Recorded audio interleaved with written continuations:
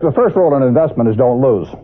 And the second rule in investment is don't forget the first rule, and that's all the rules there are. I mean, if you buy things for far below what they're worth, and you buy a group of them, you basically don't lose money.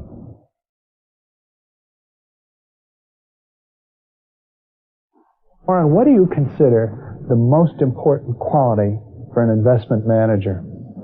It's a temperamental quality, not an intellectual quality. You don't need tons of IQ in this business. I mean, you have to have enough IQ to get from here to downtown Omaha, but you do not have to be able to play three-dimensional chess or be in the top leagues in terms of bridge playing or something of the sort. You need a stable personality. You need a temperament that neither derives great pleasure from being with the crowd or against the crowd.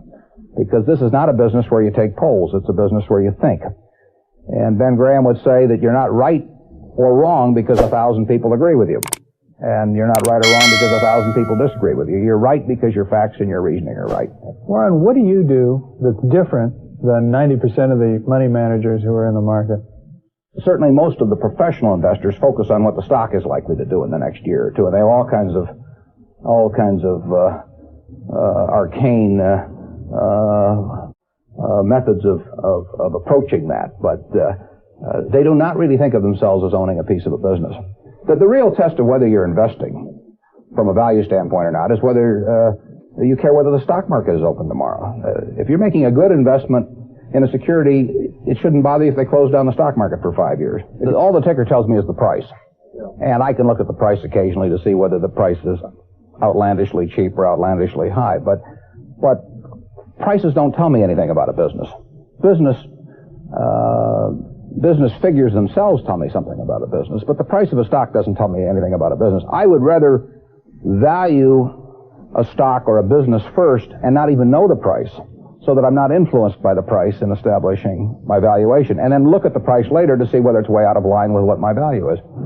How can you stay away from Wall Street? Well, if I were on Wall Street, I'd probably be a lot poorer.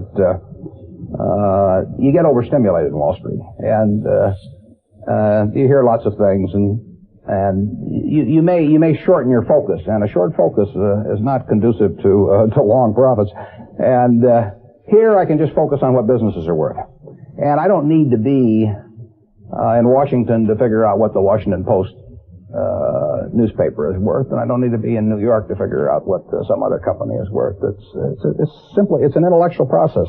And the less static there is in that intellectual process, really the better off you are. What is the intellectual process? The intellectual process is defining your area of competence in valuing businesses, and then within that area of competence, finding whatever sells at the cheapest price in relation to value. And there are all kinds of things I'm not competent to value, but there are a few that I am competent to value. Have you ever bought a technology company? No, I really haven't.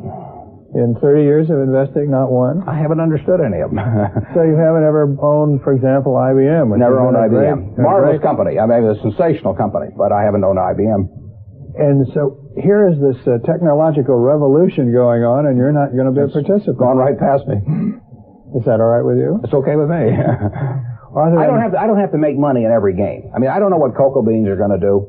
There are all kinds of things I don't know about, and that may be too bad. But why should I know all about them? I haven't worked that hard on them. In the securities business, you literally every day have thousands of the major American corporations offered you at a price that changes daily.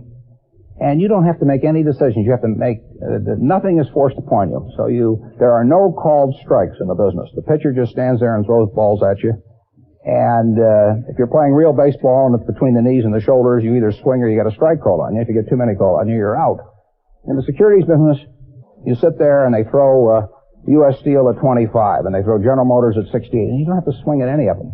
They may be wonderful pitches to swing at, but if you don't know enough, you don't have to swing. And you can sit there and watch thousands of pitches, and finally you get one right there where you want it, something that you understand, and then you swing. And so you might not swing for 6 months. You might not swing for 2 years. Isn't that boring? It would bore most people, and certainly boredom is a problem with most professional money managers. If they try to sit out an inning or two, not only do they get somewhat antsy, but their clients start yelling, "Swing, you bum!" from the stands, and that's very tough for people to do. Warren, your approach seems so simple. Why doesn't everybody do it? Well, I think partly because it is so simple. That the academics, for example, focus on all kinds of variables. Partly because by academics, you mean professors of right, finance? Yeah, the data's there. In business schools? Sure, and the data's there. So they focus on whether if you buy stocks on Tuesday and sell them on Friday, you're better off, or if you buy them in election years and sell them in other years, you're better off, or if you buy small companies. There are all these variables because the data are there, and they've learned how to manipulate data. And as a friend of mine says, to a man with a hammer, everything looks like a nail. And once you have these skills, you just are dying to utilize them in some way, but they aren't important. If I were being asked to participate in a business opportunity, would it make any difference to me whether I bought it on a Tuesday or a Saturday or an election year or something? It's not what a businessman thinks about in buying businesses. So why think about it when buying stocks? Because stocks are just pieces of businesses.